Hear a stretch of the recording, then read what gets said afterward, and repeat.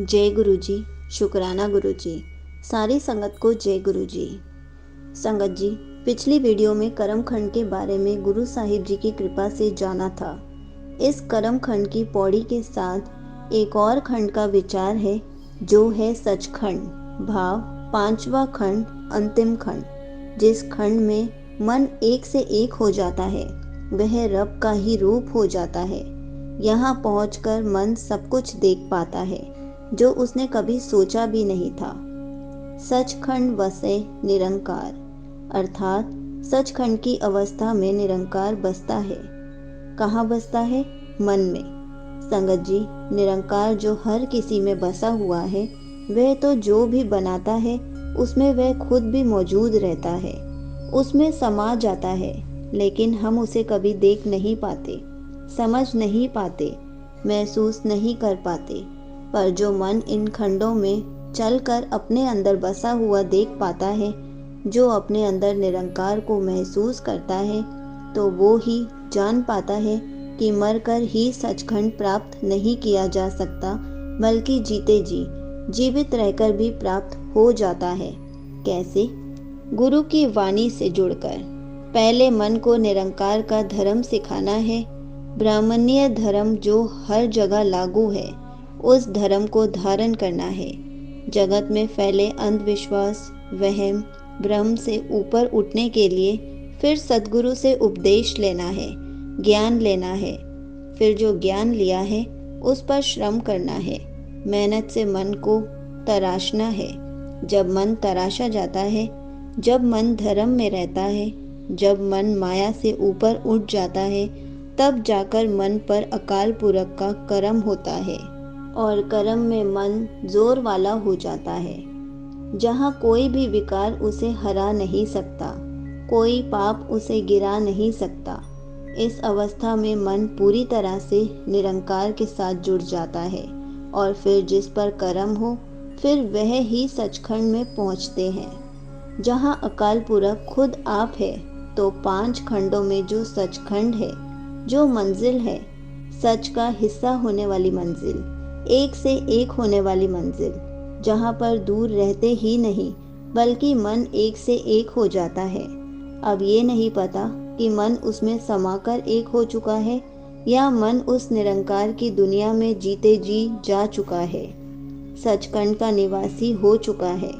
तो ये अवस्था बड़ी प्यारी है, जिसमें गुरु साहिब जी इसकी बनावट समझाते हैं। सचखंड की बनावट में इस अवस्था में निरंकार बसता है। एक और बात, जिस निरंकार के मन में बसे होने की बात है, वह निरंकार है। कौन? इसे भी गुरु साहिब जी साथ में फरमाते हैं कि कौन से निरंकार की बात है। कर कर वेखे नदर निहाल, वह निरंकार जो जगत को पैदा करता है और जगत पैदा कर करके उसे देखता भी है, उसे संभालता भी है। किसे क्या चाहिए? हर एक जीव के पैदा होने से पहले ही पैदा कर देता है। संगत जी, ऐसा नहीं है कि निरंकार जगत बनाने के काम किसी और को दे देता है, उसे संभालने का काम किसी और को और खिलाने का काम किसी और को दे देता है। नहीं, वह खुद ही बनाता है और खुद ही संभालता है। और ऐसा नहीं कि अकाल पुरख नदर को बेमन से बनाता है, बिना चाह से बनाता है। नहीं, वह निरंकार तो ऐसा है जो जगत की रचना भी करता है, तो बड़े प्रेम से, बड़े चाव से। वे तो अपने कर्म से पैदा करता है और निहाल सबको कृतार्थ भी करता है, सबको खुशहाल, निहाल, आनंदित कर देता है। जो कुछ भी पैदा करता है उसे अधूरा पैदा नहीं करता, उसमें पूरा आनंद होता है। उसे पूर्ण पैदा करता है, उसमें हर वो गुण पैदा करता है जो उसे जीवित रखे, जो उसे सचखंड तक पहुंचाए। संगत जी, गुण तो हर किसी में है, पर ढूंढता कोई कोई है। हमने जमीन से क्या कुछ नहीं ढूंढा, हर तरीके की फसल उगानी सीखी, इसी धरती से सब कुछ लिया। इसी धरती से सोना, हीरे, मोती भी ढूंढ लिए। यदि कुछ नहीं ढूंढा तो केवल खुद को नहीं ढूंढा। ये शरीर भी एक धरती है, ये शरीर भी एक ब्रह्मांड है। जिसमें परमात्मा ने बेशकीमती गुणों के खजाने भरे हैं, जिसे पाकर मन निरंकार से मिल सकता है, इसका हिस्सा हो सकता है। तिथ्य खंड मंडल वरभंड, जैसे कि पिछली पंक्ति में जाना, हम सब में बहुत कुछ होता है, परंतु हमारा ध्यान हमेशा बाहर होता है, इसलिए हमारे अंदर के ब्रह्मांड को हम कभी खोज नहीं पाते। तो गुरु साहिब जी इस अवस्था में खोजे हुए मन के बारे में फरमाते हैं कि जैसे बाहर बहुत सारे ब्रह्मांड हैं, खंड हैं, मंडल हैं, गैलेक्सीज हैं, ये सारे इस अवस्था में पहुँचे हुए मन को पता चलते हैं।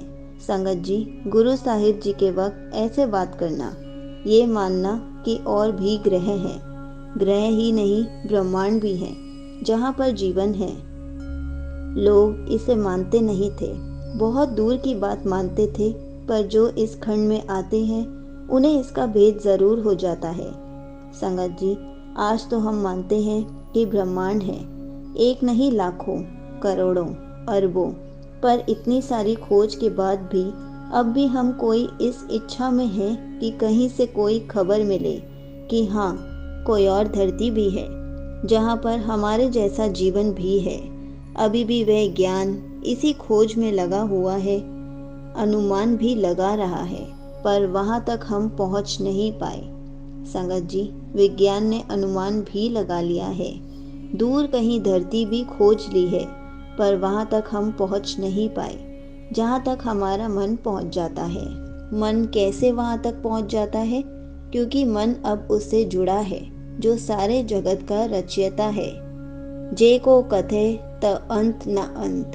संगत जी, कभी कभी मनुष्य अकाल पुरख के बनाए जगत की जीवों की गिनती भी करता है कि शायद इतने लोग भाव सूर्य परिवार होगा, इतने ब्रह्मांड होंगे, और उसके बनाए का कोई अंत नहीं कर सकता। जब इंसान कोशिश करके एक छोर तक पहुंचेंगे तो उसके आगे उसे कई छोर दिखेंगे, क्योंकि उसके बनाए का कोई अंत नहीं है। यदि कोई कथन भी करना चाहे कि कितने हैं, फिर भी उसका अंत नहीं जाने जा सकता। वह अकाल पुरख खुद बेअंत है, उसकी कुदरत भी उसके जैसे बनाई बेअंत है। तो इस अवस्था में भाव सचखंड में पहुंचा हुआ मन ना केवल बाहरी जगत का ध्यान रखता है, बल्कि अपने भीतरी ब्रह्मांड को देखकर भी चकित होता है और ये जान पाता है कि मन को जितना भी खोज लो उतना कम है, इस मन का भी कोई अंत नहीं। इसलिए संगत जी, अकाल पुरख कितना प्यारा लगता है, इसलिए तो उसकी खोज कभी ना कभी खत्म होने वाली नहीं है, क्योंकि उसके गुण उसकी तरह बेअंत हैं, कभी खत्म नहीं होते। जितना खोजो उतना और बाकी रह जाता है।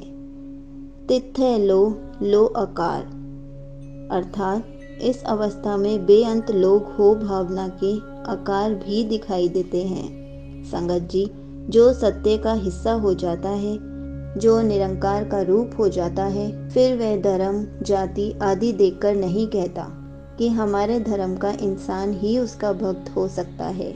नहीं, कैसी भी उसकी बोली हो, वेश हो, धर्म हो, यदि वह सत्य से जुड़ा है, निरंकार से जुड़ा है, तो वह उसका सच्चा भक्त है। तो आकार चाहे अलग अलग है, जीवन अलग है, बोली अलग है, यदि मन से वह एक है, मन से वह एक जुड़े हैं, तो वह सचखंड में पहुंचा हुआ है। तो इस अवस्था में जहाँ एक तरफ ये तो ज्ञान होता है, निरंकार के अनेकों भवन है, मंडल हैं, उसके साथ ये भी ज्ञान होता है कि उसके अनेकों मंडलों पर उसके भक्त भी हैं, जो अलग अलग आकार, बोली, देश, रंग, जाति आदि के हैं। मन को ये सभी प्यारे लगते हैं जो उसके भक्त होते हैं। और संगत जी, ऐसा भी नहीं कि केवल वही प्यारे लगते हैं जो अकाल पुरख से जुड़े हैं, बल्कि रब के बनाए सभी जीव उसे बहुत प्यारे लगते हैं, चाहे वह रब से जुड़ा है या नहीं। क्यों? कोई भी उसे उसका रूप लगते हैं। फर्क केवल इतना है कि अकाल पुरख को भूलकर भटक रहा है और दूसरा अकाल पुरख को अंदर ही पाकर आनंद ले रहा है। जीव जीव हुक्म तिवे तीव आकार। संगत जी, जब धर्म की बात आती है तो अक्सर कहा जाता है कि यहाँ धर्म अलग अलग क्यों है। यहाँ एक ही धर्म होना चाहिए। धर्म तो संगत जी एक ही है। वह धर्म हम पहले समझ चुके हैं। उसी धर्म में ब्रह्मांड है, उसी में सारे पेड़ हैं, पक्षी हैं, सारे जीव तत्व आदि हैं। सारे एक होने का भाव ये नहीं कि सारे जीव एक जैसे ही हों।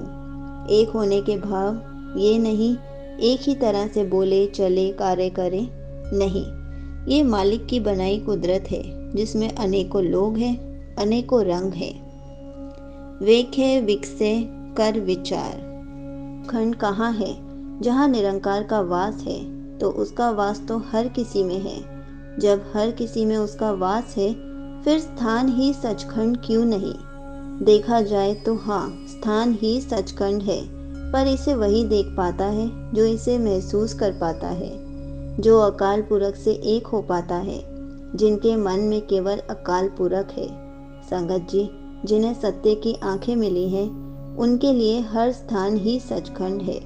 इस अवस्था में मन देखता है कि उसका हुक्म हर जगह ही चल रहा है, उसी के हुक्म के अनुसार सब कार्य कर रहे हैं। वह ये भी देखता है कि जो अकाल पुरख जिसने ये जगत सारा पैदा किया, वे सबकी देखभाल भी कर रहा है, और देख देख कर जो बनाया है उसे संभाल कर खुश भी होता है। नानक कथना करड़ा सार। हे नानक, इस अवस्था के कथन करना बहुत मुश्किल है। भाव, ये अवस्था प्यार नहीं हो सकती, क्योंकि ये केवल अनुभव ही की जा सकती है। ये अवस्था ऐसी है जैसे लोहे चबाना। संगत जी, इस अवस्था को पूरा पूरा कथन नहीं किया जा सकता। जैसे निरंकार के सामने हर शब्द छोटे पड़ जाते हैं, ऐसे ही सचखंड की अवस्था है, जैसे इसे कि शब्द में लिखा या बताया नहीं जा सकता। ये सत्य खंड है। यहाँ परमात्मा निरंकार निवास है। ये सृष्टि की रचना करके उसको अपनी दृष्टि से निहाल करता है। उसमें खंड मंडल और ब्रह्मांड है, जिनके वर्णन का कोई अंत नहीं। उसका वर्णन करना लोहे के चने चबाने जैसा है। इसे बस जिया जा सकता है, महसूस किया जा सकता है, शब्द में पूरा पूरा नहीं बताया जा सकता। तो आओ संगत जी, इस अवस्था को जिए और जीवन को सफल करें। मैं ऐसे छोटे छोटे शब्द हिंदी मीनिंग के साथ वीडियो बनाकर डालूंगी। ये एक ओंकार जपजी साहिब का पार्ट 39 था। पार्ट 40 के लिए नेक्स्ट वीडियो के लिए वेट कीजिए। जय गुरु जी, शुक्राना गुरु जी।